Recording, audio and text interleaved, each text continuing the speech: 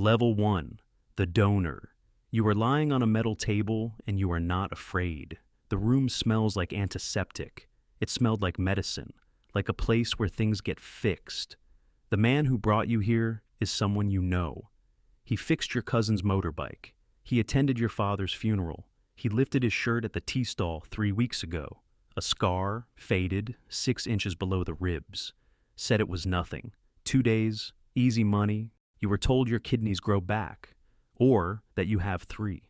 The lie changes, but it has been told so many times that it no longer sounds like a lie. It sounds like a solution. The surgery takes 4 hours. You wake up with a scar and $1,500, sometimes less. You did not negotiate. You did not know you could. The kidney they took wasn't a spare.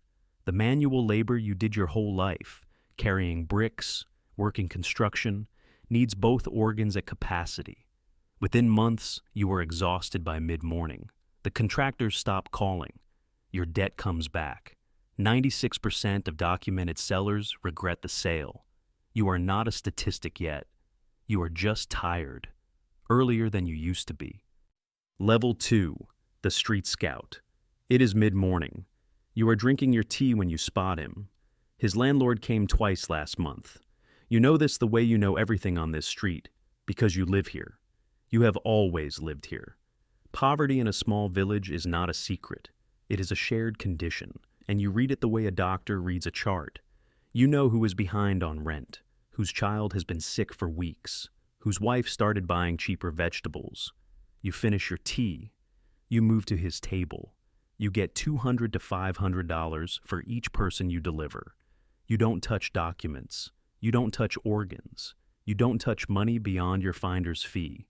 You have one job, conversation. And you are good at it because you are not lying. Not exactly. You lift your shirt and show him the scar. Tell him it was nothing. 2 days, easy money, you're fine. What you don't mention is the fatigue that starts earlier each month. It complicates a story that works better without it. You don't think of yourself as a criminal. You are someone who found a door and is showing others where it is. You have already been through that door. You are still recovering. Level 3. The local coordinator. You are reviewing a file from a folder kept on the shelf with others. Your phone rings. Another referral from one of your scouts. You write down the name, the location, the blood type. You add it to the folder. 12 of them now, each one a completed transaction. Each one looks like a legitimate medical record. That is, technically, what it is. You run a small operation, 5 scouts across 2 districts, each one feeding you names.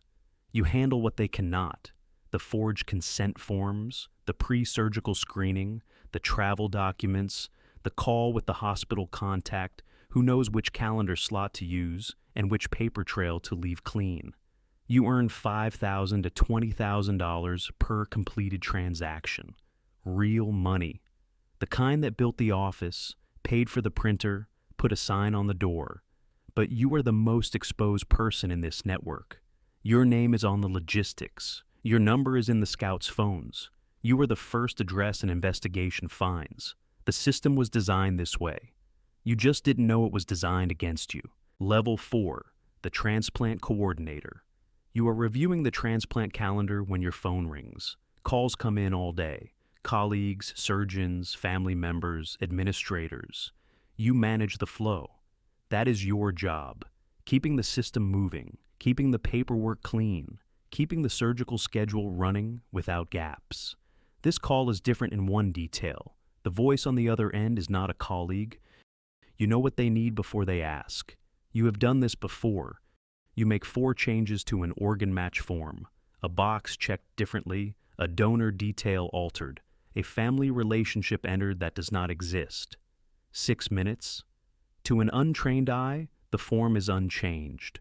You earn $10,000 to $30,000 per procedure, cash. The number was not difficult to say yes to the first time. It is easier now. You tell yourself you are helping. A patient needs an organ. An organ exists. You are the person who can connect them. You have always been the person who connects them. The paperwork is the only thing that changed. You will never meet the donor. The system was designed so that you never have to. To you, it is just another Tuesday. Level 5, the surgeon. You are pulling on your gloves when the anesthesiologist gives you the nod. You have done this so many times it is automatic. The room arranges itself around you. Nurses, instruments, light. This is what a decade of training produces. A room that responds to your presence before you speak. The file looks clean. You have stopped reading them closely. The donor details, the tissue match, the consent, all of it someone else's problem, someone else's 6 minutes. Your problem begins at the table. You perform 2 to 5 of these procedures every month alongside your legitimate work. The procedure is identical either way. You are not a different surgeon on these days. You earn $10,000 to $50,000 per procedure, cash, carried out of the country in a bag that clears customs because you are a doctor returning from a conference. Without you, none of this exists. Not the broker's business, not the coordinator's calendar, not the scout's finder's fee. A kidney removed by untrained hands is not a viable organ. It is a death sentence. You are what makes it medicine instead. The scalpel is not held by a criminal. It is held by a doctor. Level 6, the international broker. You are waiting in a hotel lobby. You have ordered coffee for 2. You know everything about the person you are meeting. His diagnosis, his waitlist position, his net worth. How long he has been watching his name not move. Your client walks in, you shake hands. You wait for him to talk first. They always need to talk first.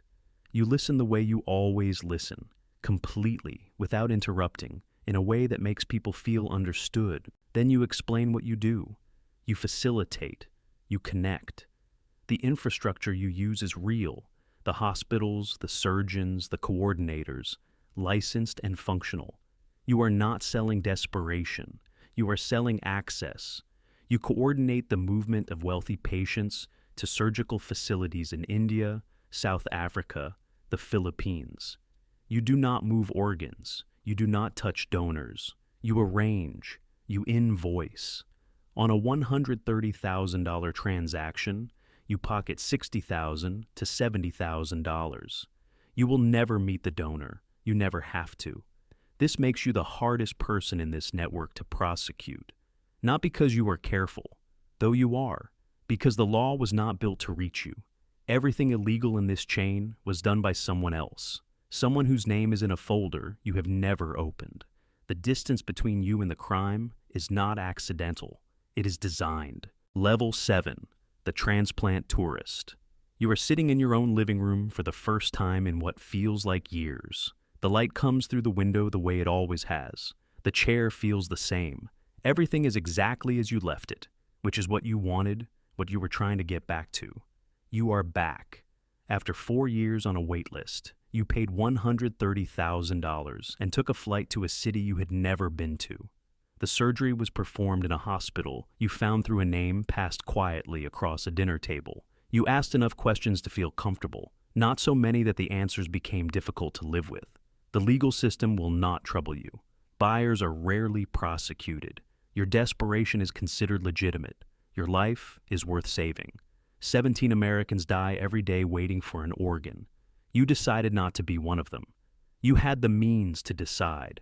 Somewhere in Nepal, a man made a different kind of decision. He is left with 1 kidney. The other one is keeping you alive. You will never meet him.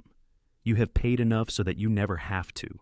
Every rank believes they are solving a problem. They are all correct. The system does not need villains. It just needs everyone to do their job, and one person paying the price for all of them.